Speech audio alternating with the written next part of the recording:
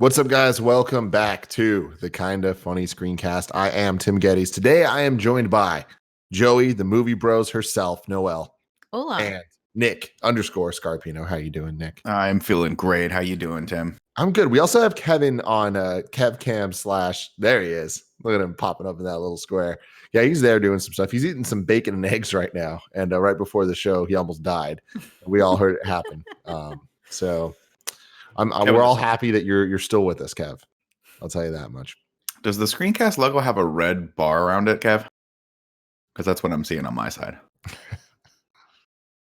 Cool. All right. Interesting. Well, this is the Kinda Funny Screencast each and every week here on twitch.tv/kindoffunnygames. We come at you live with all of the movie, TV, and streaming news and opinions that you need to know. You can watch it later on youtube.com/kindoffunny or roosterteeth.com. Or if you just want to listen to it, that's cool too. You can just search for Kinda Funny Screencast on your favorite podcast service, and we will speak right into your ear holes.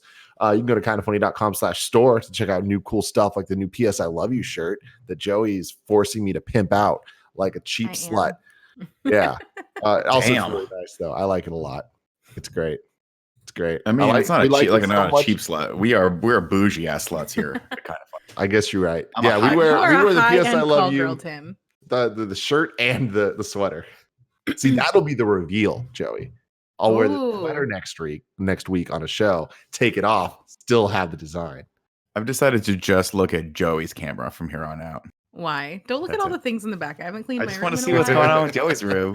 Joey's got some derm up there on the third I see shelf. that sweet derm. I see that we've cleaned a little from the top up, but there is. Oh, it's a vino. I apologize. This is fun. Oh my god. The show is brought to you by our sponsors, but we will tell you about them later because I want to tell you right now about our Patreon producers. You can go to patreon.com/kindoffunny to get this show ad-free, or you can be a producer just like Mohammed, Justin Toft, Das Bear Jew, Blackjack, and Downtown Jarrett Brown. Nick, how are you doing? I'm doing great, man. Are we talking news a little bit beforehand? Because I want to talk about this series that I just started watching. There's a whole bunch of news, but the same series I'm watching. I started watching Tiger King. Oh no. Let's talk about it now. Go for it. You want to talk about it now? I listened to the podcast, but I haven't watched the show. Dude, it is weird as shit. And I'm in. Joey, how would you feel about quitting Kind of Funny and starting a big cat sanctuary with me? Now, Tiger Queen, Joey Noelle. I hate before you say yes, it's not really a sanctuary. We're just going to breed baby tigers, and then we'll take pictures with them and get Instagram followers, and then charge people to also take pictures. But then when they grow up to about 12 months and they become killing machines, they're just going to accidentally disappear. How does that sound? You know, that's a really great pitch. It seems like I'm going to have to move out of San Francisco, which I'm like pretty attached to. So I think we figure out how to do it in specifically Tim's garage. That would be great. Oh, we can absolutely put a couple big cats in Tim's garage. I feel like we put Cool Greg in charge of them and just see what happens and see what kind of amazing Twitter gold we get. Did you guys see the videos of San Francisco just being completely desolate and there's no one in the streets? And then there's a shit ton of articles about the coyotes that we've been talking about on podcasts forever, about Gia being the size of a medium dog. Yeah. Dude, the coyotes are just owning the streets right now. They're everywhere. The worst time for Gia to go out on her own for like Oh, yeah. I would be very scared if I were Gia. I'd bring like some sort of stick or some sort of sharp object to poke them in the eyes with. Have you seen the little vests that they put on dogs with all the spikes so they don't get taken by coyotes? No. Okay. They exist. God. They have like all these spikes like by their head and on their back. So clearly we need to get one for Gia. Okay. That's where I thought this was going. I was like, I hope this is going that we get a little spike vest for Gia. At least a little studded collar would be nice and some like bracelets. So are you hardwired, Nick? I am hardwired, yes. Okay. You're like really framey and you look a little bit behind sometimes. All right, hold on a sec. Let me. Camera issue. We'll be able to deal with it. It's not the end of the world. But so Tiger King. So wait, Joey. Yes. Hold on a sec. Let me see if I can do this.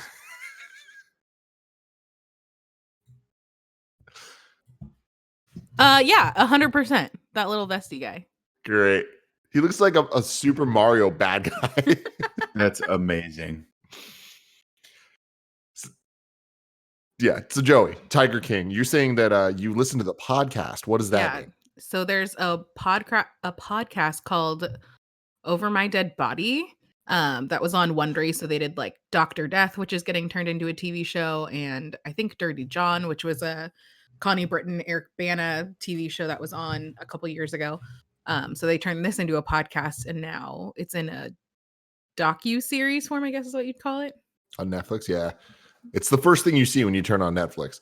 And everybody and their mother has been talking about this and Animal Crossing. It's crazy how like impactful Netflix is, where whatever the first thing is, everybody's like, you know what, I'm gonna give it a shot. And the next thing you know, it's the big phenomenon. Like they just have that secret sauce, man.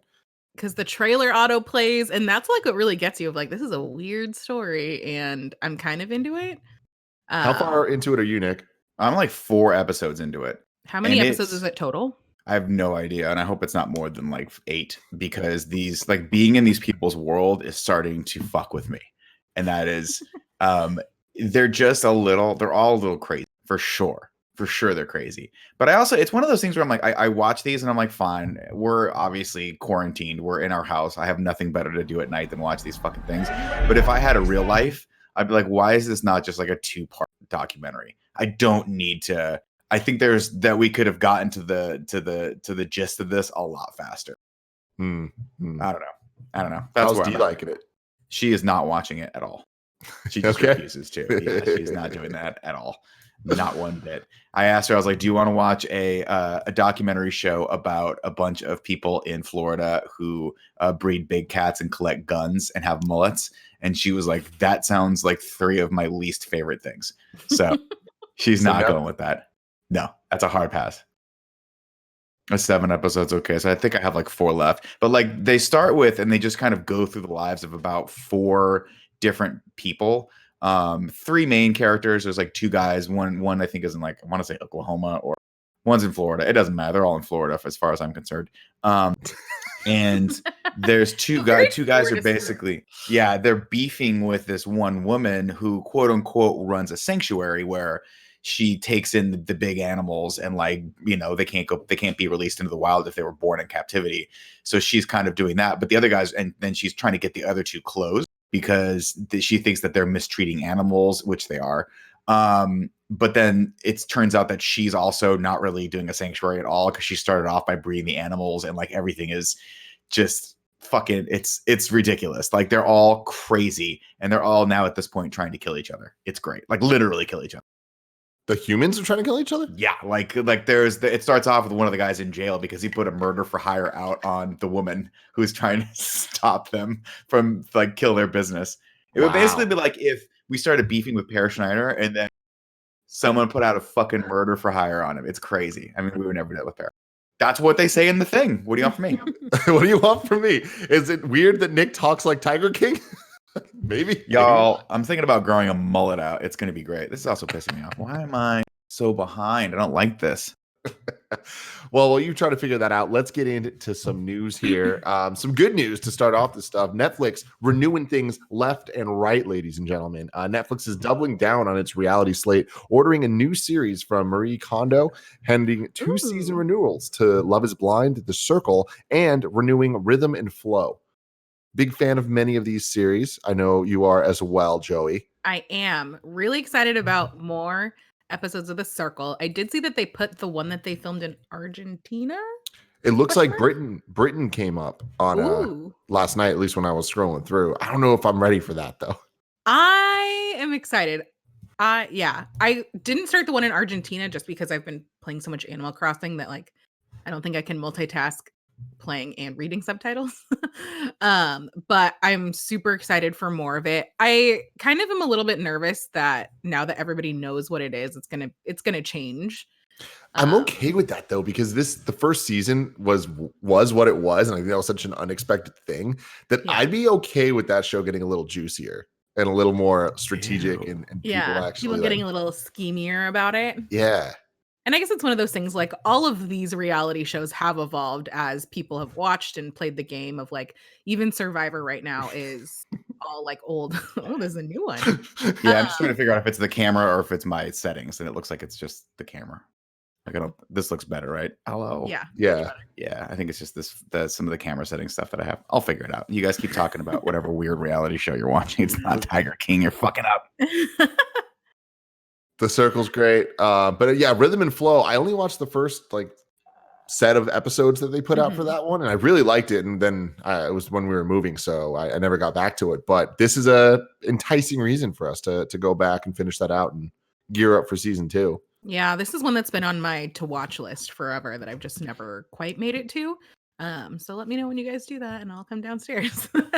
And then Love is Blind is an interesting, just because the production on that one was so behind. I'll be interested to see if they just kind of shorten that period or if we won't get it for a while, because they filmed the first season of Love is Blind in like 2018. Yeah, well, I feel like now they've figured out what the show actually is. I think that that was what went on with that show, is they recorded it thinking it was going to be one thing. It ended up being something totally different, and now it's a fucking phenomenon, man. People they did the thing I was just talking about with Tiger King. It got the promotion placement. Next thing you know, everyone's on it. Nick, I want them to kick out Nick Lachey and Vanessa Lachey, because they kind of happened to Vanessa. There's no point of them really being there, and I think that Lauren not at all. Cameron from the first season should host it. Spoilers, kind of, I guess. It was really awkward, man. Anytime I saw them, I was just like, Vanessa used to be just top tier human being, and then now was you see she an MTV VJ? Yeah, she was on TRL. What was her last name before Lachey? Vanessa Milano or something like that. Yeah. Manillo. Yeah. Oh, there we go. Okay. But then you see her in this, and it's I've never seen somebody so robotic. It's you could tell they had to do extra camera shots where it's just her alone in the room, and she's just looking straight at the camera like, I'm Vanessa. Love is Blind. It's what the fuck happened to you? You used to be so charismatic and fun. I know. Though we did get that awesome line where Nick is like, and I'm obviously Nick Lachey. Dude, Nick, in the beginning, the first episode of the show, they're the host, which the show doesn't even need hosts at all. Right. But they're introducing the rules of the show to the characters. And they're just she's like, yeah, this is Vanessa Manila. And obviously, I'm Nick Lachey. That's amazing. I feel like you should intro yourself from now on as obviously, that. If you want to redo the screencast thing, hey, what's up, everybody? Welcome to Screencast. I'm here with Nick and Joey, and obviously, I'm Tim Geddes. I love it. Dope as fuck. But Nick, I don't remember if it was you, but I think it was. Were you onto the Marie Kondo stuff? I started a little bit down that line. I never watched the entire series, but I do, I conform to her rules of don't keep anything in your house that's not you don't 100% need or 100% love, doesn't bring you joy. And so, as you can see in my room, I only have one denim jacket and a picture from last week's KFAF. That's it. I don't keep anything else around me. So the new show is going to be called Sparking Joy with Marie Kondo, because the last one was Tidying Up with Marie Kondo. So I feel like don't get me wrong, we all love the Marie Kondo, but how much of it do we really need? How much of this little girl do we need telling us how to live our lives and throwing out all of my junk that my wife makes me throw out? How much do we need of this? I think they're doing the Queer Eye thing. What's that? I think they're doing the Queer Eye thing where she's gonna go to a town and make over multiple people in that town, make over their homes. You get to see the heartwarming stories. I think isn't that what she did in the first season? Wasn't she just showing you how to do different things? Oh no, she did do making over different houses. Yeah, I think she went over to people's houses and was like, see that junk drawer? What's in there? And they were like, I have 5 letter openers. You get to hear these stories about these AA batteries. All the interpersonal connections. It's funny that you don't love this show, because you do that to The Office once every 3 months, where you go around and it's scary every time. Well, you know the old saying, Kevin, game hates game. You got to just. If she's better at it than me, I don't like it. I'm not going to take any cues from her. I'm going to go at my own way. Hold on, Nick. What's up? We need to do a KFAF bit that's tidying up with Nick Scarpino. That's fucking funny. I'll write that down. I'll put that in the Slack. I think it was Andy that was really on the Marie Kondo train, not Nick. Got it. Well, this is perfect. Correct. So here's the bit. We just have Andy walk around his room and have Nick tell him how to clean it. Oh god, that's so funny. That's pretty funny. Oh, let's man, do it. All right, so moving on, more Netflix renewals. This is breaking news that was just coming in, but Netflix announces Castlevania season 4 is going to be a thing that's coming. Season 3 just came out last week, I think, or a week and a half ago. Everyone's really loving it. Got a 10 out of 10 from IGN. Wow. And a big part of that was people were praising it for really setting up a story that everyone's really excited for. So the fact that it got renewed is good news for all the fans of that. I still have only seen the first 2 seasons, so I need to jump in. But it's really freaking good. I don't think I watched the second season. I remember liking the first few episodes. Yeah, and then kind of falling out of it because they were trying to set up a lot in the first season. Well, there's they only jump around 4 time and stuff. episodes in the first season. Yeah, and maybe I finished it then. I must have finished it. Yeah, So maybe I'll the go back first to season that. was very good, very enjoyable. But yeah, second really kind of was like, okay, now it's an actual show. So Right. cool. It's good that we're getting like renewal news now. Like we're actually getting some positive, good stuff. And I think that a lot of these things, especially on the animated side, you can work from home on that type of stuff. And the reality show stuff, I'm interested. They're renewing all of them now because they can't shoot them. Yeah. So Maybe there just must get just be pre-production done? pre-production and a lot of like looking at people's Instagram for casting. Oh. Well, for Castlevania, they can absolutely shoot them. They just have to have people working from home, right? For what? If it's an animated series, they can have people just Yeah, no, working that's from what I was home. saying. Yeah. The Castlevania were good, animated were good, but like these reality shows, it's like we're not seeing these anytime soon. Oh God, no. The Marie God, no. Kondo or the Circle, or although the Circle, I feel like the Circle one, I was saying this earlier when I read the news thing, is like super perfect for it. Like, okay, come to this building, the door's gonna be unlocked, go into this room, great. You know, that's all. come to this building. It's Well, true, I though, mean, 'cause but you know what I mean? Kevin You don't Ringo need to got have point. It is It's either the literally- Circle or a new Saw movie. You don't know. You don't know. But If you walk in and there's a dead body chained to a wall, it's still, we don't know. Let's We're just not see, quite man. sure which Let's one it just is. see. That's fair. Keep it in the streaming news. I'm also going to chalk this one up to good news, even though it probably isn't going to turn into anything substantial. Disney Plus is surveying users about adding more mature content. Ooh. Disney has a massive library of stuff for older audiences at its disposal. Shows like Buffy the Vampire Slayer, Firefly have been absent since Disney Plus. Things like Modern Family, How I Met Your Mother, Blackish, Malcolm in the Middle. A lot of the ABC shows that obviously they own there. I guess technically they don't obviously own that because they own some of the shows, but just being on ABC doesn't mean they own it. But they do own these. And a survey went out asking if parents would be happy with these shows being alongside, the current slate of Disney Plus stuff. And like, I think this is definitely a move in the right direction for Disney Plus. I'd love to see this.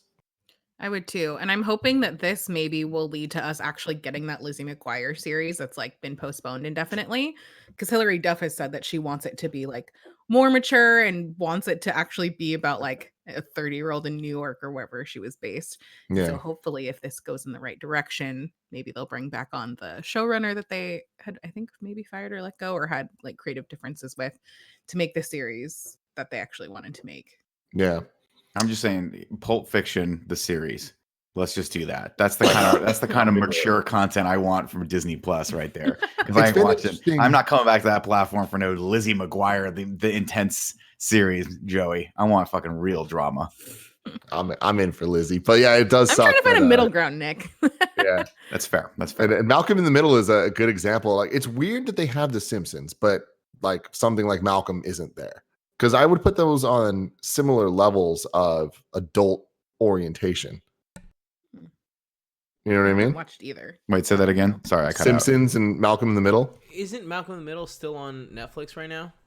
That might be like maybe in the future. Possibly. Yeah, but I guess we would get a title page that's like coming and give us a date. Whatever the hell. The Malcolm in the Middle date is really far away.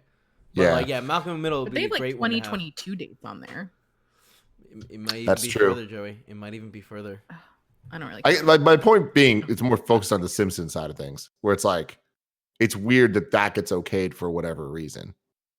Because Simpsons is definitely traditionally not a kid's thing.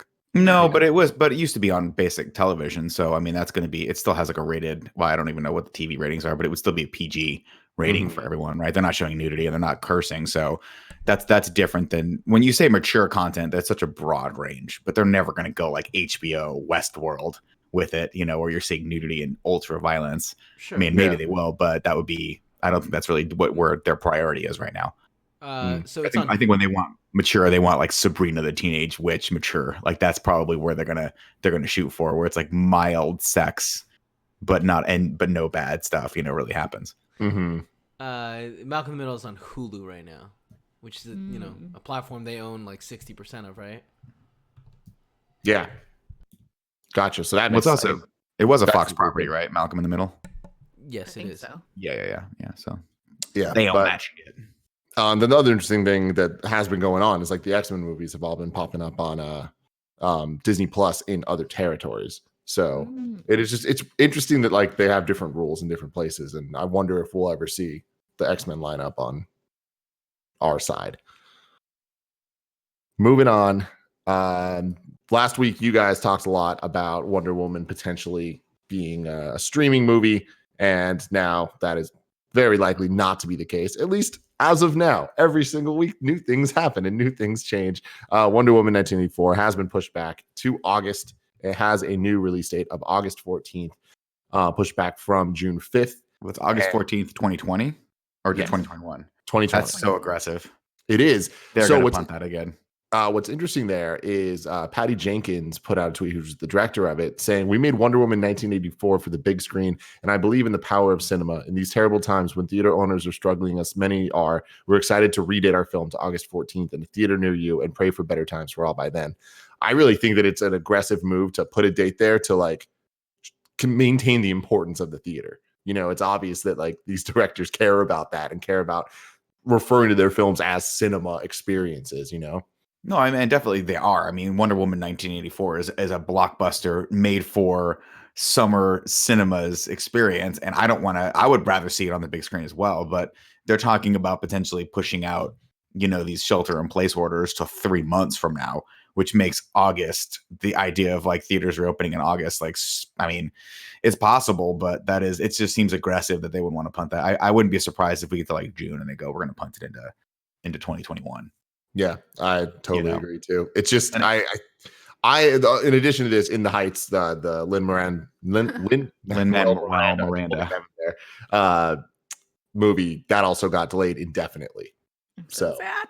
That's one of those though that has such a big fan base that you can put that out whenever. If you're a fan of Hamilton or Lin-Manuel Miranda, or if you're a fan of the actual In the Heights Broadway show, you'll wait for that. And it's also probably a lot less of an impact as far as like financially on the studio than a Wonder Woman 1984. Remember, Wonder Woman 1984 is like that kind of a movie can make a studio's like Warner Brothers year. Yeah.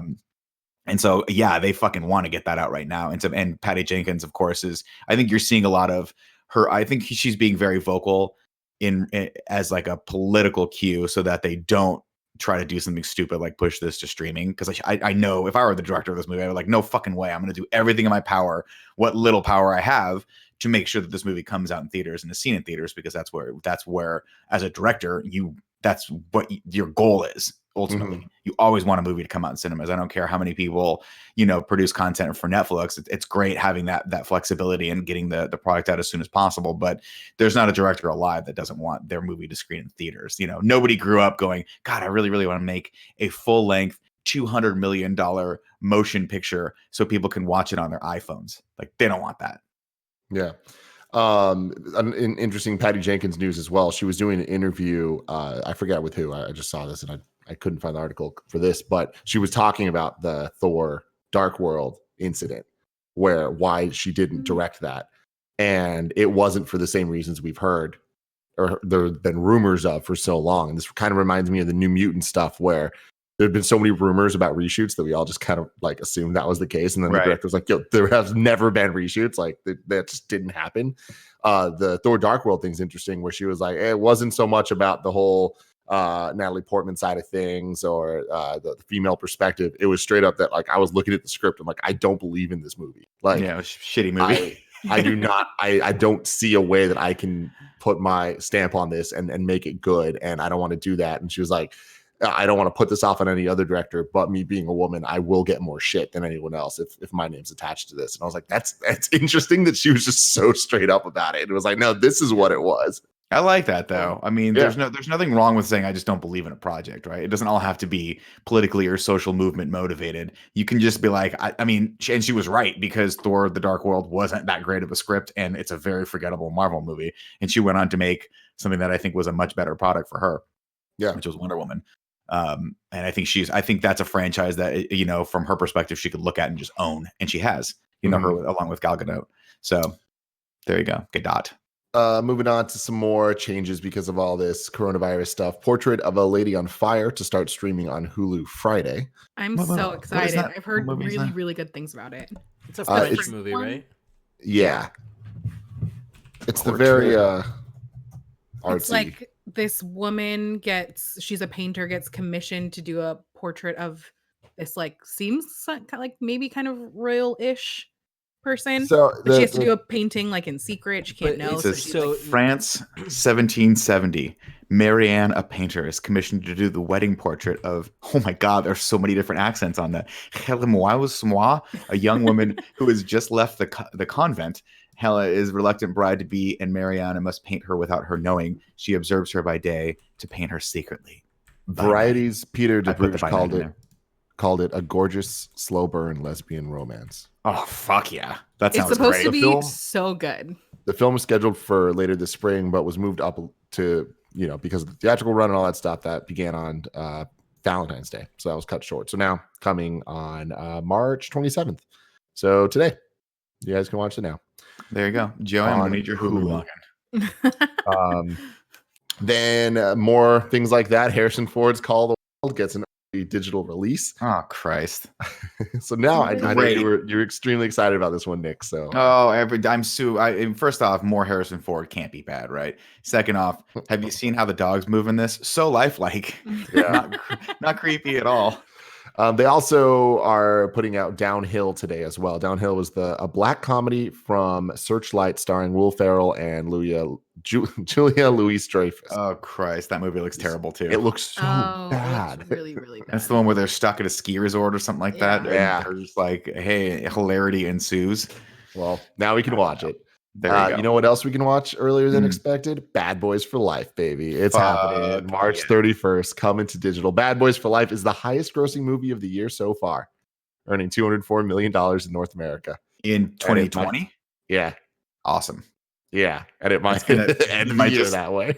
That's awesome. It will always have the highest grossing film of 2020. Bad Boys for Life. It's like when Suicide Squad won an Academy Award and now they're like, yes, we did them. Doesn't make it a good movie. Good for them. I don't necessarily need to want to watch this again, but when it comes to HBO, I'll jump back in Bad Boys for Life. In a couple of years, you'll get back on the bad boy train. I'll get it. I'll get back into it for sure.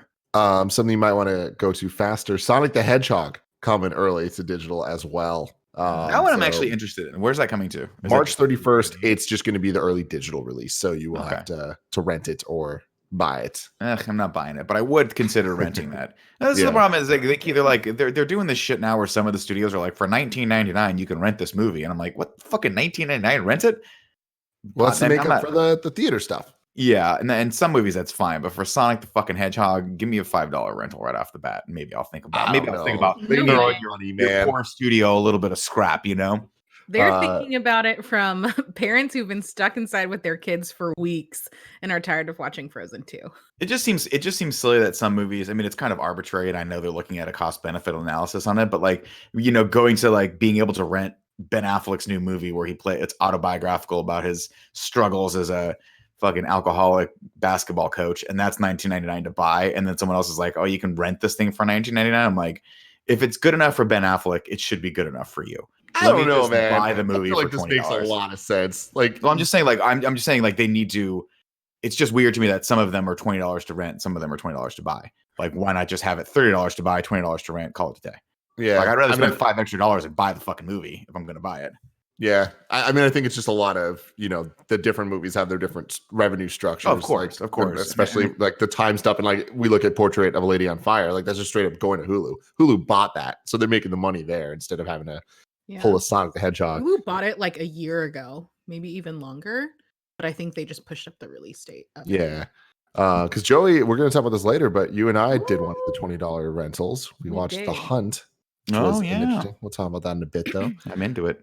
So then moving on a little bit, just breezing through some of the last stories here. Network TV sees a ratings revival amid the coronavirus outbreak, but it is not expected to last. And this is from Variety, and they're just kind of talking about how there's a lot more kids and teenagers aged 2 to 11 and 12 to 17 as different demographics that are watching more network TV than they have in the last like 20 years.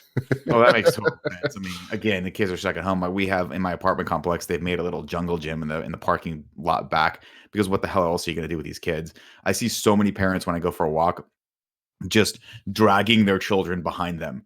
Just shut up and do anything else other than be in my face, kids. And again, this is why I say this is a prime example of why you don't have kids. Always wear condoms, don't have children, and then you can do whatever the hell you want. Real talk though, like I have stretched. I'm like desperate to watch something different. Everything just seems so the same. Last night I started watching this show about this guy that lived in deep Alaska on the National Geographic channel.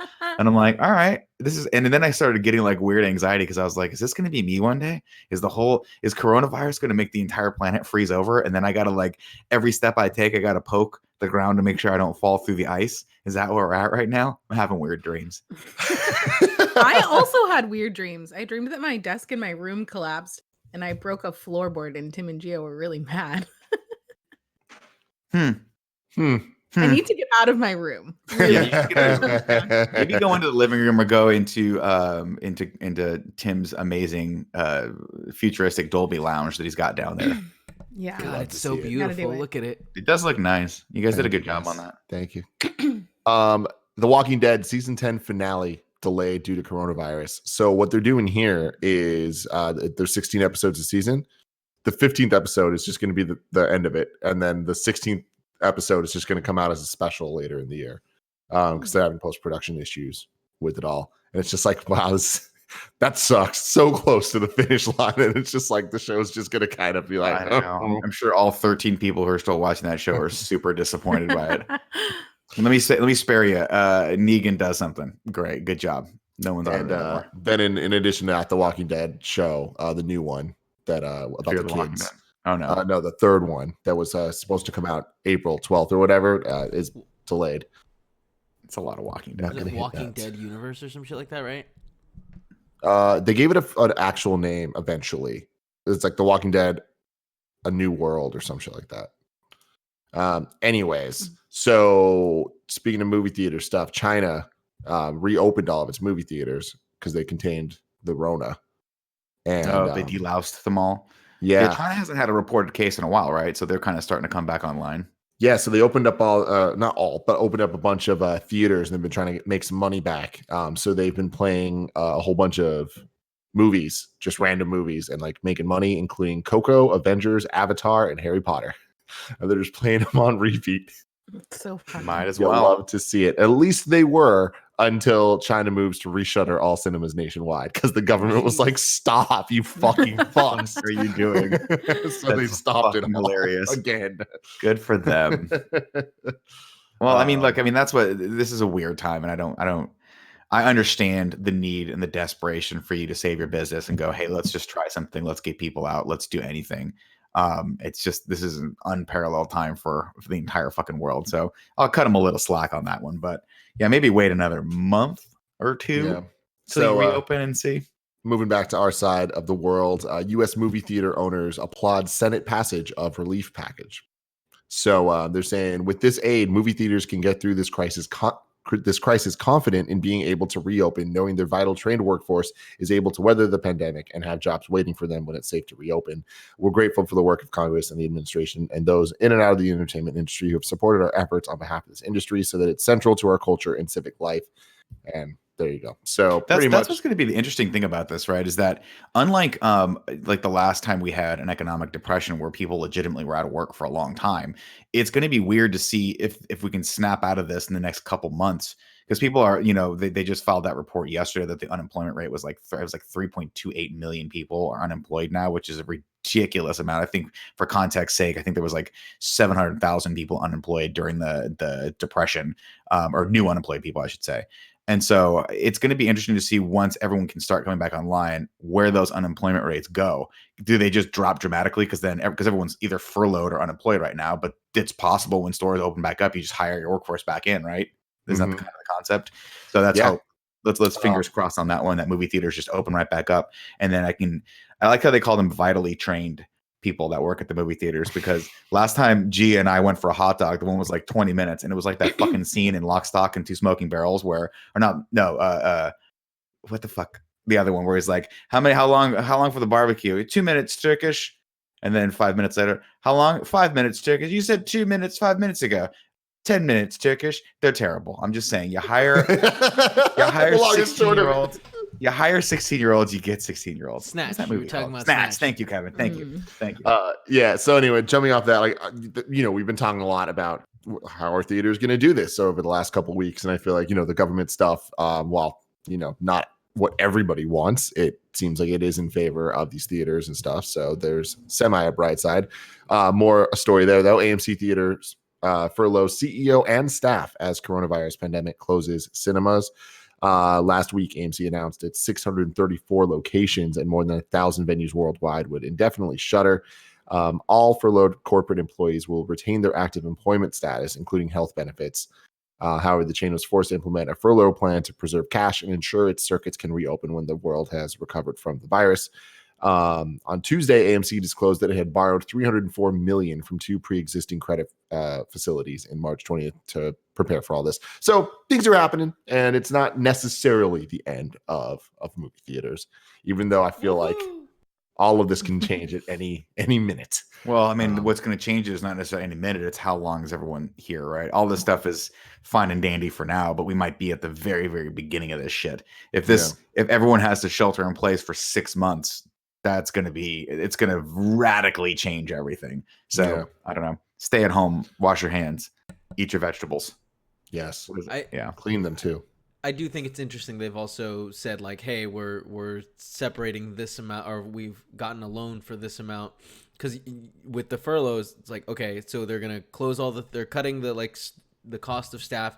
Really, it sounds like all they're gonna have to be paying for is the actual location rentals, rents and stuff. So hopefully they've done the math to calculate, as far as they can, to see that the AMC, which is the biggest chain, stays alive. So if they're furloughed, also I think you still have to pay benefits, right? Like they still have health. Yeah. So there's health benefits. You're right. So that's health benefits, and which is great because a lot of people are just laying people off right now, and they're losing their health benefits, which in this time could be very, very scary. So I totally good on agree. AMC. Yeah. I think that's I appreciate that. I see a lot of businesses doing that where it's like, we're not laying everyone off. You're just not getting a paycheck, but you will keep those benefits, which I think is super important. Super, super important. And then the last two news stories, breezing through these are both kind of based on award seasons of stuff. So TV Academy pushes Emmys calendar in response to the coronavirus. So essentially the deadline for submissions is moved to June 5th from May 11th. We'll see if it gets pushed again. And then the Golden Globes changes film eligibility rules in wake of coronavirus crisis. Blah, blah, blah. Essentially, all the rules about is it in theaters? Is it on theaters? And all this stuff. They're changing up the rules. I'm only bringing this up because I think it's interesting will we see lasting effects from this? Will this actually change how the awards are ran in the future? I don't think so. I think this is going to be an exception, and then I think the studios and the directors and producers are going to push back on this because you remember last year, I think it was 2 years ago, Spielberg was one of the most outspoken advocates of being like, if it's on fucking TV, it's a TV movie or it's a TV show, right? You got to have movies. I think you need a lot of directors like Patty Jenkins coming out and going like, no, let's keep pushing for these movies to come out in theaters. That's a theatrical release. That's a movie. That's what should get an award. And then there should, we'll define the murky territory of the Netflix releases and shit like that. But places like Netflix and Amazon should, I still think, potentially still be pushed to do some sort of limited theatrical release for their movies if they want to be included in these award ceremonies, just because honestly that helps keep theaters alive. Before we move on to what we've been watching, I want to tell you about our sponsors. Ladies and gentlemen, it is MeUndies. I'm wearing them right now. I always am when I'm wearing underwear, at least. Today I'm wearing some nice ones I'm wearing the sushi ones that Kevin was wearing a couple days ago. Not the same ones Kevin was wearing, but the same print. I like to believe they're the same ones. I like to believe you guys, when Kevin's done with them, you get one more day out of them and he just passes them over to you. Hey, to each their own. But I like all my different prints to be my own. You probably heard MeUndies are the softest undies to ever grace your nether regions, and it's true. They're made with micromodal fabric, and it's fantastic. It feels very nice down there. Joey just got some MeUndies delivered a couple days ago, right? I did. I'm wearing them right now. They're the elephants. Gotta love it. You'll love to see it. MeUndies has a great offer for you guys. Any first-time purchasers, you can get 15% off and free shipping. This is a no-brainer, especially because they have 100% satisfaction guarantee. MeUndies.com/morning. That's MeUndies.com/morning. Check it out. They also have a membership, so you can get that on membership. They just send you all the undies that you need. MeUndies.com/morning. One more time, MeUndies.com/morning for 15% off your first order. Joey, let's talk about The Hunt. Oh man, what Get I a watch pitch this on it. Do you think this is something Dee would enjoy? Because I feel like she would like to see people kill each other right now. No, that's a hard pass on that one. I don't know. I wouldn't recommend it to D specifically, but I would recommend it for people to watch. Maybe not for $20, but if you have multiple people in the house, I feel like $20 kind of makes it worth it. Like it was me, Gia, Cool Greg, and Joey, and it's like, all right, this is fine. And I feel like for that, it was fun. It was like, and it was entertaining the entire way through. I just feel like it didn't have a clear is the message. the woman from Glow, right? Yeah. Yes. Yeah, And I love her. She was great in the entire movie. I feel like the whole cast was great. Mhm. It just goes in some directions, and they use characters in ways that you don't expect watching the trailer. But I feel like the trailer kind of hyped this up to be something like we've never seen before, and it kind of just turns into a very similar premise, but that With what a the twist. promise of their like we're doing this from a different perspective. I just feel like they don't actually commit to that side of it. I'm gonna tell you one thing right now. This is just an unabashed remake of the Jean-Claude Van Damme classic Hard Target, starring Jean-Claude Van Damme. Okay, they did it back in the early '90s. And if you guys want to watch the original, just go there. I'm pretty sure you could fucking rent it for 50 cents, and they'll ship you some bubble gum with it. But so that's the thing is like that's not the point of the movie. Like all that stuff, sure, like that's what it's they're like doing. But it's like a low key commentary on like class systems, right? Aren't they or Democrats versus conservatives? Yes. Political system. Yeah. It's a political system, and it doesn't take the perspective you'd expect it to. So I feel like that is the stuff that is most interesting about the movie, and when that stuff works, it is very cool. But I just feel like by the end of it, you're just like, oh, you didn't actually have an idea for this. You just thought it'd be cool to get a bunch of people in, like a rich people killing poor people or whatever it is, and call it a day, right? Are they poor or are they just Democrats? I guess those kind of go. Yeah, it's just Democrats. Okay. Yeah. It was like pretty tense at the beginning for a while. It's like because you have no idea what's gonna happen. It's like surprisingly graphic. I wasn't expecting that. Yeah. But yeah, Betty Gilpin. It's worth it, honestly, Betty just Gilpin. to watch Betty Gilpin. I love her. I want her to do more. I'm thinking about going back and watching Masters of Sex because I think she's in it as well. I just think she's an awesome actor. Yeah, she's great. Yeah, she does great in it. Nick, on the comedy side of things, yes, Bert Kreischer's Hey Big Boy. Would you guys watch it? I watched it last night with you. What'd you think? It is phenomenal, man. He's funny, right? I feel like Bert is 3 for 3 on his Netflix specials. He might be the best consistent one doing it right now. They're just so fucking funny. What's funny is I went and one of my brother's friends got us all tickets to go see Bert Kreischer at the Irvine Improv last December, and he was working that hour special, and it was so cool to see. Because at first I started watching it. This is the first time I've ever actually seen a comic working a full hour on stage and then gone back and watched the special. So at first I was like, oh man, he really likes to start all of his specials off with a shitting his pants joke. And then I realized, oh no, that wasn't in the last special. I actually saw him do that live. So it was cool to see him do some new bits that wasn't in the stage that I saw or when I saw him live. And then honing the bit with the gun, with the scope and the flashlight. I'm like, dude, this thing is fucking sharp as tack. And also just Bert, it's just sharp. That's what it is, man.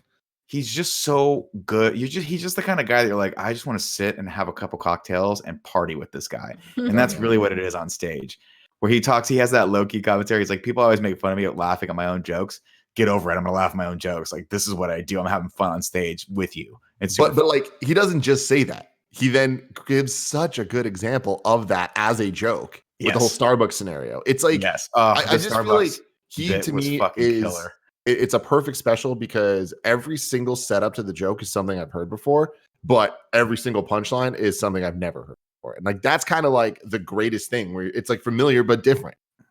Yeah. And I think he had a lot of bits. I think ultimately it's one of the first specials I've seen in a long time that just was fun to watch all the way through. And I didn't feel like, obviously there's going to be some jokes I laughed at more than others, but ultimately even the jokes that I was like, okay, this is kind of going on a little long, were still entertaining and fun. Whereas my big hot commentary with most specials is always, there's a solid, even Bill Burr's last special, I was like, there's always like a solid 10-15 minutes where I'm like, you got to trim that out. Let's do a quick little 45 here, then an hour. But Bert was great, and I'm excited to watch Tom Segura's special because he just dropped to that too. Yeah, and good for them. Those are gonna be the 1-2 punch. Those guys are two of my favorite comics working today. I would watch Bert talk shit about his kids for dude ever. He's so brutal, and I heard him get real on Rogan's podcast about that one day, where he was like, my kids are now of the age where, because one of his kids, obviously he's got an older daughter and a younger daughter. And the youngest one is the one he always talks about as being completely stupid. And she came to him, they were talking one day and she's like, well, Dad always talks about us in the specials. And the older daughter, Georgia, was like, no, Dad doesn't talk about us. Dad makes fun of us. And it finally dawned on the younger daughter, like, that her dad just talks shit about them. It's so funny. And she was like, I don't think this is acceptable. But she's the one that calls him big boy. She's like, hey, big boy, hey, big boy, what are you doing over there? So anyway, he didn't include one story that he told on stage, but he told a great story of when they went ziplining and one of his daughters, like, that was in the last special. Was it in the last special? Oh, okay, maybe that was the second. Maybe he was filling that in with the other stuff. But man, he's just, the gun shit was so funny. Where his wife's like, you're not going to get an AR-15. He's like, absolutely not. And then the guy that's selling him the gun on the phone was like, I'll have it ready for you in 15 minutes. yeah, we're going to need that. I want the bump stock too. I love that he wanted it without bullets though. He's like, I don't actually want to shoot the gun. He goes, I just want to have a cocktail at night and hold my Glock. That's all I want to do. He's like, I lost the little thing where you put the bullets in. I lost that a long time ago. Oh, it's so funny. But it's funny because you can there's like a sadness to it because you're like, this guy's kind of an alcoholic and he's a good dad, but he's just a fucking mess of a human being. God bless him. Joe, what do you want to talk about here? I want to talk about You're the Worst, which I talked about last week, but I've watched more. And this might be one of my favorite TV shows of all time now. Whoa. Give me the pitch. Good. So it's these two like friends from different groups that meet at a wedding, and they're both kind of like the shitty friend that like kind of fucks everything up, and so they meet and then they like start hooking up and like start a relationship. That's not Anna Kendrick, right? They did a movie like that. Table 19 is what you're thinking about. Thank you. Okay. But no. I mean, it's like the overall like very like baseline premise is the same. This show is so good. Every episode is pretty good. It has like a similar like ensemble cast vibe as New Girl, in the sense that like you have all of these side characters that are coming in and out that are funny, but it's so well written, it's so well acted. There's like one of the main girl's best friend is played by this actress called Heather Donahue, and she plays this like really ditzy dumb girl, but like in a way that is not super stereotypical, and it's really good. I just finished season 3, and season 3 episode 1 is probably like top 5 favorite episodes of TV ever. And then season 3 the finale, like I feel like that whole season is just bookended by like perfect TV episodes, and it's so good. It's an FX show, so it's like a little bit more fun than you would find on like network TV in regards to just like the jokes and stuff that they play off of. Right. So it's really, really, really good. Shit, that reminds me. I gotta start watching Dave. I was just about to bring it up. Dave on FXX. You guys, this might be one of the all-time greats, man. We're 5 episodes in, and it just keeps hitting. I feel like episode 4 is the one that I'm like, that wasn't as funny as the rest. It's still so good. Episode 5, Gia legit cried. Like this show made her cry. And then the next morning I wake up and I see John Drake tweeting about it. And he's like, how did it make me cry? And it's just fucking out here making people feel things. And you're like, it's fucking Lil Dicky. Like, how is it possible? He is so good, man. His writing, his delivery, just being him. Like this show is what needed to happen for his life. Dude, I mean, that's you get to watch this. I know, and I'm glad that you introduced me to him before he was cool, because now I can be like, I discovered that guy a long time ago. I can be like, I can feel what it feels like to be Tim Geddes. Exactly. Like, I was with Little Dicky when he was Little Dicky, not Dave. Yeah. There it is. Wow. There it is. No, I just like that Andrew Santino's blowing up on all this shit. Oh, I mean, he's like in it a lot. And I think you are him.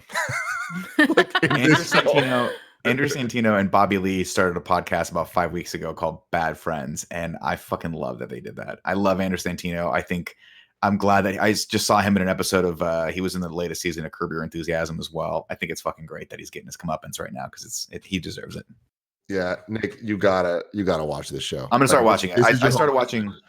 I'm actually going backward, which is very weird, through all the Curb Your Enthusiasms because I realized I don't think I've ever really watched the show. Season 9 I thought was great, and now I'm just kind of going backward and seeing. It's like watching a divorce in reverse, so it's kind of cool. But man, this show is so fucked up. It's so fucked up, and I love it so much. We asked you to write into Patreon.com. Wait, real quick.